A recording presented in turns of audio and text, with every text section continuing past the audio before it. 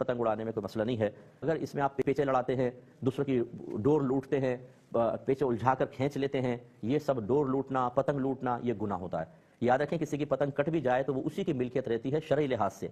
ये बाद लोग कट के जाती है तो लड़के लूट के ले जाते हैं, समझते हैं हम मालिक हो गए। ये मालिक आप नहीं हुए, ये हराम है, याद रखें। ये ऐसे ही है किसी मुसलमान की जेब से पैसा गिरे, उठा के भाग जाए आप, तो वो आपको देने के लिए तैयार कोई है। अगरचे जो पतंग उड़ाते हैं उनका जहन बन चुका होता है, कट गई यार तो दूसरे ले लेंगे, लेकिन उसका जहन बनने से शरीयत का हुक्म नहीं बदल जाएगा। ये गसब है, याद रखें, ये डाका है, ये समझ लें सरेआम किसी का माल लूटना है, वापस करना वाजिब। और इस तरह डोर पकड़ लेते हैं, ये डोर लूटना हराम होता है।